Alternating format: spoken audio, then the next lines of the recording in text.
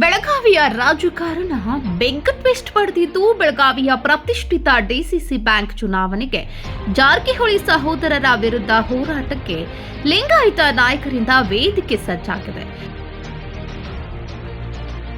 DCC bank ಚುನಾವಣೆಯಲ್ಲಿ ಒಗ್ಗಟ್ಟು ಪ್ರದರ್ಶಿಸಲು ಲಿಂಗಾಯತ ನಾಯಕರು ನಿರ್ಧಾರ ಮಾಡಿದ್ದು, ಜಾರಕಿಹೊಳಿ ಸಹೋದರರ ವಿರುದ್ಧ ಮಹಾರಾಷ್ಟ್ರದ ಪ್ರಮುಖ ಮಠವೊಂದರಲ್ಲಿ ಲಿಂಗಾಯತ ನಾಯಕರು ಸೀಕ್ರೆಟ್ ಮೀಟಿಂಗ್ ಮಾಡಿದ್ದಾರೆ.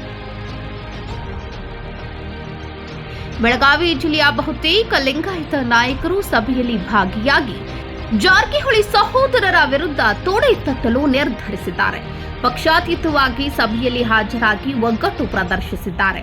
ಜಾರಕಿಹೊಳಿ ಬನದಲ್ಲಿ ಗುರುತಿಸಿಕೊಂಡಿದ್ದ ನಾಯಕರು ಸಭೆಯಲ್ಲಿ ಭಾಗಿಯಾಗಿ ಅಚ್ಚರಿ ಮೂಡಿಸಿದ್ದಾರೆ. ಡಿಸಿಸಿ ಬ್ಯಾಂಕ್ನಲ್ಲಿ ಹಿಡಿತ ಸಾಧಿಸಲು ಒಗ್ಗಟ್ಟಿನ ಹೋರಾಟದ ಬಗ್ಗೆ ಸಭೆಯಲ್ಲಿ ಚರ್ಚೆ ಮಾಡಲಾಗಿದೆ. ಸಭೆಯ ಬಗ್ಗೆ ಯಾವುದೇ ಮಾಹಿತಿ ಲೀಕ್ ಆಗದಂತೆ ಎಚ್ಚರಿಕೆ ವಹಿಸಲಾಗಿದೆ.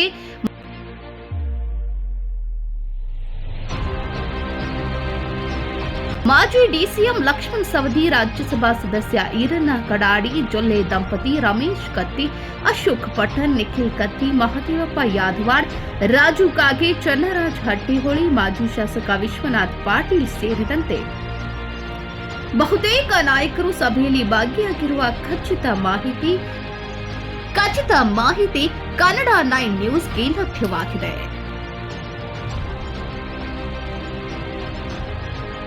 ಒಂದು ಕಡೆ ಜಿಲ್ಲೆಯಲ್ಲಿ ಜಾರಕಿಹೊಳಿ ಬ್ರದರ್ಸ್ ವಿರುದ್ಧ ಒಂದು ಸಂಘಟನೆ ಆಗ್ತಿರುವಂಥದ್ದು, ಇದ್ರ ಬಗ್ಗೆ ಒಂದು ಕಣ್ಣೆಟ್ಟು ಮಟ್ಟದಾಗ ಸಭೆ ಕೂಡ ಆಯೋಜನೆ ಮಾಡ್ತಾರೆ. ನಡೀತದೆ, ಅದೇನು ಹೊಸದೇನಲ್ಲ. 20 ವರ್ಷದಿಂದ ಅಲ್ಲೆಲ್ಲಿ ಸಭೆಗಳಾಗ್ತವೆ, ಸಭೆ ಆಗ್ತವೆ. ಅವ್ರ ಶಕ್ತಿ ಅವ್ರ ಪ್ರದರ್ಶನ ಮಾಡಿದ ಒಗ್ಗಟ್ಟು, ನಮ್ಮ ಒಗ್ಗಟ್ಟು ನಾವು ಪ್ರದರ್ಶನ ಮಾಡ್ತಾ ಇದ್ದೀವಿ. ರಾಜಕೀಯದಲ್ಲಿ ಅದೇನು ಸ್ವಾಭಾವಿಕ, ಅದರಲ್ಲಿ ಏನು ಎಲ್ಲರೂ ಹಿಡಿತ ಸಾಧಿಸ್ಲಿಕ್ಕೆ ಪ್ರಯತ್ನ ಮಾಡ್ತಾರೆ. ಇವತ್ತು ಕೂಡ ಕಣ್ಣೇರಿ ಮಠದಲ್ಲಿ ಬಹುಶಃ ಸಭೆ ಇದೆ ಅಂತ ನಾನು ಕೇಳಿದ್ದೀನಿ, ಸಾಯಂಕಾಲ ಗೊತ್ತಿಲ್ಲ ಅದ್ರ ಬಗ್ಗೆ.